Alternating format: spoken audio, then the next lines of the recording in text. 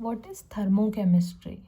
जब भी किसी केमिकल रिएक्शन के अंदर हीट का चेंज हो रहा है, मतलब या तो हीट ले रहा है या हीट दे रहा है रिएक्शन होने पे, ठीक है। हीट अगर बाहर निकलेगी तो एक्सोथर्मिक रिएक्शन, हीट अगर अंदर रहेगी तो एंडोथर्मिक रिएक्शन, ठीक है। तो हीट का चेंज होना किसी भी केमिकल रिएक्शन में इज़ थर्मोकेमिस्ट्री, ठीक है।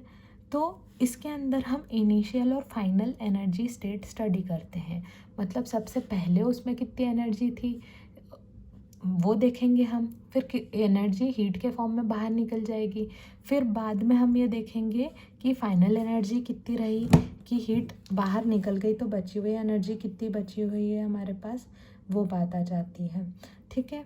अब ये बात करने के बाद नेक्स्ट चीज़ है कैलोरीमीट्री। What is calorimetry? जब हम कैलोरीमीटर को यूज़ करते हैं हीट के चेंज को पता लगाने के लिए। कैलोरीमीटर क्या है? कैलोरीमीटर वो डिवाइस है जो हीट के चेंज को मेजर करता है। नॉर्मली बॉम कैलोरीमीटर यूज़ किया जाता है, जो कि क्या करेगा, जो कि हमें ये बताएगा कि हीट कितनी चेंज हुई, ठीक है। अब एक्सोथर्मिक और एंडोथर्मिक रिएक्शन की मैंने बात करी कि हीट बाहर निकली तो एक्सोथर्मिक और अंदर गई तो एंडोथर्मिक। तो अगर कोई रिएक्शन हो रही है यहाँ पर इस पर्टिकुलर प्लेस पे, अगर ये मुझे गर्म फील होगा, हीट फील होगी, तो that would be exothermic reaction, मतलब हीट बाहर निकल गई है। और वो बीकर अगर ठंडा हो गया तो that is called endothermic reaction, मतलब हीट अंदर ले गई है, ठीक है।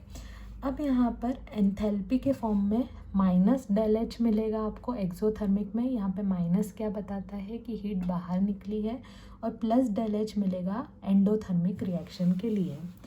अब इसके अंदर डेल एच नॉट भी कहीं कहीं आपको मिलेगा लिखा हुआ।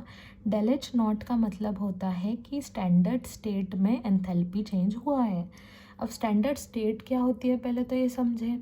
अगर वाटर को आप 25 डिग्री सेल्सियस पे लोगे और 1 atm प्रेशर, मतलब नॉर्मल एटमॉस्फेरिक प्रेशर पे लोगे, तो वो कैसा मिलेगा आपको? लिक्विड मिलेगा, ठीक है। तो वो उसकी क्या हो गई? स्टैंडर्ड स्टेट हो गई, और उसी में रिएक्शन हो रही है। जैसे वाटर स्टैंडर्ड स्टेट में है उसकी, और वो कोई रिएक्शन कर रहा है, तो उसको उसके अंदर एंथैल्पी का जो चेंज होगा, डेल एच जो होगा, उसके ऊपर डेल एच नॉट लिखा जाएगा, ज़ीरो लिखा जाएगा, जिसको नॉट कहा जाता है, ठीक है।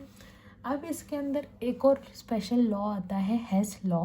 हेस लॉ ये बोलता है कि हीट चेंज अगर ए से बी में हो रही है, तो कितनी भी स्टेप्स अगर बीच में आ जाती हैं, वो हीट चेंज बराबर ही रहेगी। मतलब ए से बी जाने में अगर एनर्जी कितनी निकल रही है, माइनस डेल एच उसका है, मतलब -13 मान लेते हैं, -13 है।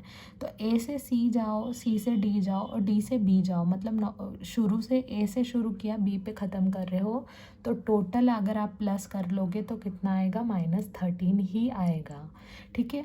मतलब एक पर्टिकुलर अमाउंट ऑफ एनर्जी ही निकलेगी हर पर्टिकुलर रिएक्शन के लिए, भले उसमें कितनी भी स्टेप्स आप ऐड कर दो। क्यों निकलती है, क्यों होता है ऐसा? क्योंकि बॉन्ड की एक पर्टिकुलर एनर्जी होती है ना।